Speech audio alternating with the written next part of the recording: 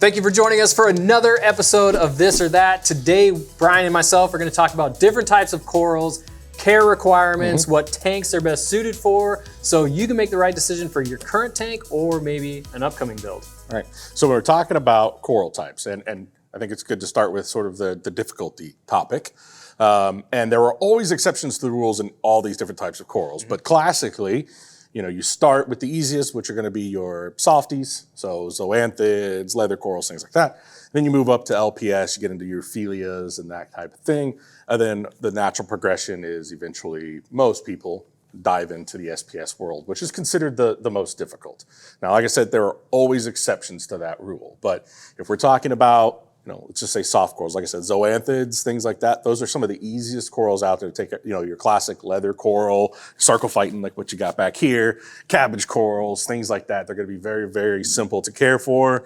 They can really handle a lot of swings in water quality. They're going to be very forgiving for you. And if you do mess up, they'll usually snap back pretty quick. Now, again, I think the important thing to remember is there's always exceptions to that rule. They are not always going to be that easy, right? You get some things like xenia and stuff like that, they'll just grow like wild, right? Or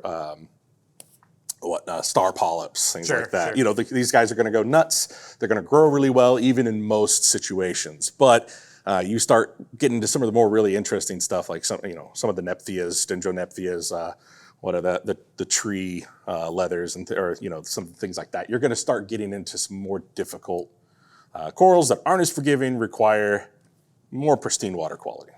Agreed. Yeah. So as a whole, it's a good thing to keep in mind, especially again if it's your first tank or you're just getting into coral. These types of corals, soft corals specifically, are more hardy to changes in water quality or higher nutrients. So your success chances are much greater starting with some soft corals. Yeah.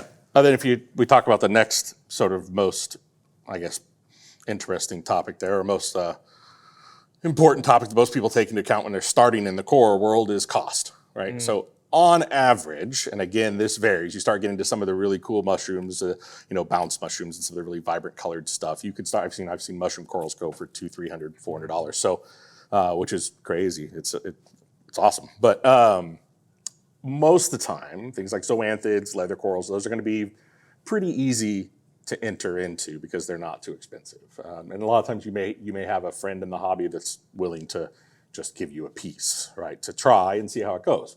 So cost is usually a lot less on these guys. No, that's a good point. Initial cost is lower. They typically grow and or spread faster, so you're going to fill your tank out quicker. Yeah. So the maintenance on them isn't usually too high. You're not going to have to worry about and really focus on some of that water quality. You're not going to if you're just doing softies, again, unless you're going for a very specific thing like really vibrant, say mushroom garden or something like that, where you're wanting these just wild colors popping, probably not a lot of dosing and things like that you have to do.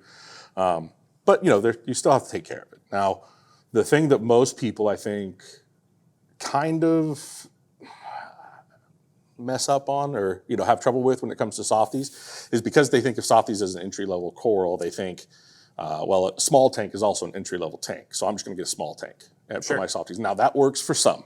That works great for some. But keep in mind, these corals, some of them are going to grow really fast, and which means in a small tank, you're going to have to trim them back. You're going to have to prune those things back quite a bit. A nice, beautiful leather coral is a great example, but, within a year, that thing's going to be huge if everything's going well. Your star polyps, your button polyps, they're going to start growing all over everything. And a lot of times what you see people doing all the time, it's just like throwing a fish in like a damsel or something that just to see how it does in your aquarium. Eventually you have to try to get that out. And sometimes that's the same thing with soft corals. You throw something in there, you're like, we'll see how it grows. Then it takes over and you're like, okay, I don't like that anymore because it's too much work. Very good point. Yeah, so a lot of them are very difficult to remove, trim. It's almost impossible for many soft corals to get them completely out of your tank. That's true. Yeah, that's absolutely true. A great example, xenia is a great example, right? If you've xenia or anthilia, if you've put those in there, it doesn't take much. It takes just like a little tiny bit of the tissue. And again, that's one of the nice things about soft corals, but one of the bad things, it just takes a little tiny bit of it. It's like, hey, I'm coming back now, right? Exactly. So let's move on to the next, we'll say like natural progression. So we've got our soft corals, they're doing well. Yeah. I want to try out some LPS or large stony Yeah. polyp corals. Yeah, so that's usually the next progression, and you're getting, and one of the reasons it's sort of that next one is typically, and again, this is all fairly general, but typically you're going to have to worry about your water quality a little bit more, right? And these corals, and in my opinion, some of the LPS corals are even less forgiving than SPS, but these are going to be not, less forgiving than your soft corals are. They're not going to recover as well, and they're generally going to be more expensive. Now, you can find some.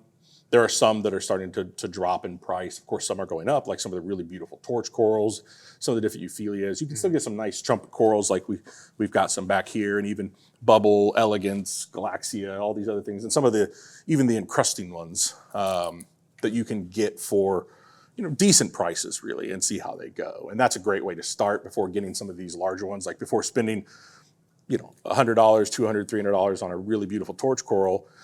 Maybe get yourself something a little bit simpler, right? Get yourself some favia. Get yourself a Favites coral and see how it goes. Right. See how it does and make sure it's growing okay. Try a trumpet coral. Usually those are a lot cheaper, and just see how it does. But keep in mind, again, all of these are going to get bigger, especially some of the euphyllias, the branching euphyllias.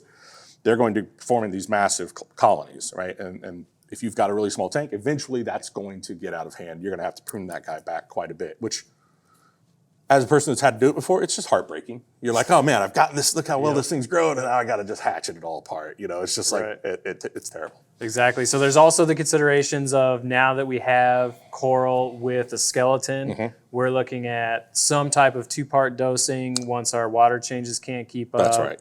Yeah, now if you've just got 1 or 2 in there, your water changes are probably going to be able to handle that, right? As long as you're doing regular water changes to replenish that calcium, magnesium, and alkalinity, pH are all staying fairly stable as possible.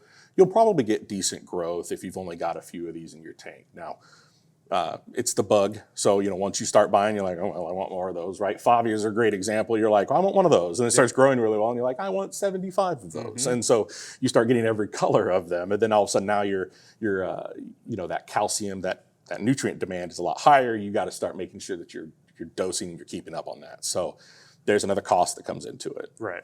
They're also less adaptable to changes in water quality. So now we need to make sure our filtration is up to par. Yep. Yeah, absolutely. Especially if you've got a heavily stocked aquarium with a lot of fish in there, you got to make sure that you keep those nutrients in check. Of course, we've long learned that you don't have to have them down at 0, but you can't have them getting overboard, right? That'll start to have negative effects. Everything will just start to look pretty crummy in there, and then you get all the algae and everything else you don't want. But I will say, in my personal experience, when it comes to LPS corals, have always been the least forgiving for me. If something goes wrong, in my experience, when something has gone wrong with an LPS coral, for me, it's always been the hardest to pull them back out of it. And if they do, it takes a long time. Sure. Interesting, because I've had, I would say, the opposite experience, whereas I rarely struggle with LPS corals. Right. Mine's usually, Softies never had a problem with most of them. There's a few weird ones out there that for some reason just are really finicky. But SPS, I don't know. For me, it's like SPS is different. There we go. So let's hit that final stage of natural progression. We've got soft corals. We've mastered our LPS, which is our 1-2 recommendation. And then my preferred area, because I like a challenge, SPS corals, small polyp stony corals. We've mastered our 2-part. Our filtration's in check, and we want to step into these. Yeah. So it comes with several other things. One, you've got to start increasing your flow a little bit more, where your soft corals, your LPS corals, most of them can handle very low to moderate flow rates. Some of them, again, you get some nice torches and things like that. You want them really having some of that nice movement, but too much will damage them pretty significantly. So you want to be careful of that. But as far as SPS goes, it takes a lot to kill them, and you can usually tell when you're putting too much flow to them. They just, the tissue starts to look thin, and then just reduce the flow, and they're usually fine. But yeah, it comes with a lot of additional things. So it's usually stronger lighting, more flow, more dosing, all these other things. That all said, that's the difficult part of it, is that it's usually more expensive and more time consuming to keep up on the water quality and the water parameters that it is for some of these other corals, which are typically a little more forgiving. And as long as your aquarium's stable and the parameters are stable where they're going to be, SPS is actually really easy. It's just, they're not going to appreciate those swings. If things are moving when they're not, pH is swinging, alkalinity is not stable, they're not going to appreciate that. You're not going to see the growth. You're not going to see the color. But as long as you can keep everything stable, usually it's really not that bad. But the barrier to entry is the additional cost and work. Yep. So cost is going to be a lot higher. There are a lot more, in my opinion, color variations that look really nice and natural. The satisfaction from growing out your tank, though, is obviously much slower, so they grow considerably slower than your soft coral and your Euphilia or LPS coral. Yeah, and I think it's the same too as anything else. Because they grow small, a lot of people will pack them into their aquariums. Just stuff them as tight as they can there because they're like, in 6 months this will be too big. Yep. Well, then you have to start making some really tough decisions, right? In 6 months, you're like, well, which one do I keep, or which one do I, snap off at the base and call it a day with? So.